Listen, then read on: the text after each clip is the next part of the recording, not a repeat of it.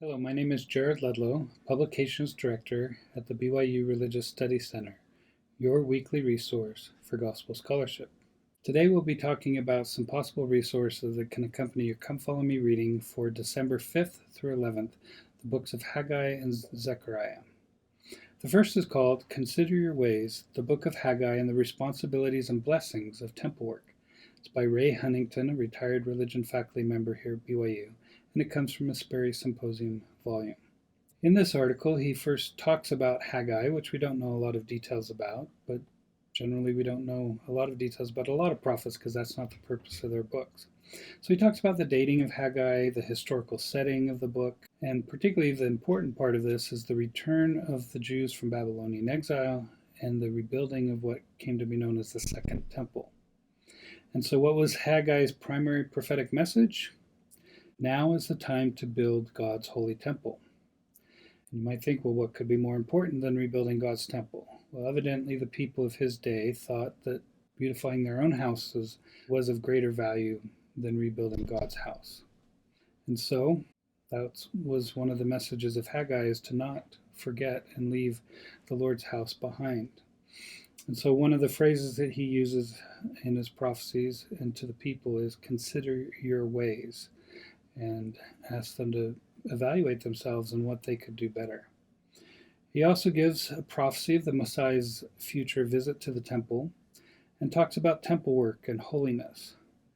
And so the book of Haggai, I think, as he points out, is especially relevant for our day, since many of our worldly endeavors, such as work, civic engagement, schooling, or recreation, may influence us to procrastinate or even abandon the important work done within the walls of the temple. The second article is called Recognizing the Everlasting Covenant in the Scriptures by Carrie Milstein, a religion faculty member here at BYU, and it comes from a religious educator article. In this, he talks about the Abrahamic covenant, or the new and everlasting covenant, as a very important part of the Old Testament, and that the Abrahamic is just one manifestation of this new and everlasting covenant. And he points out that the main way the Old Testament frames human relationships with God is whether people make and keep a covenant with him. Yet sometimes we as modern readers don't notice how much that theme is woven throughout all Scripture, because it may not use the exact term of covenant or promise.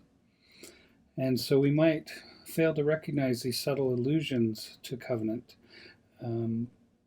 because they use phrases that we're not as familiar with. So our task is to become more familiar with with the language of covenant, so that we'll more clearly see its scriptural influence and we'll better understand many prophetic promises.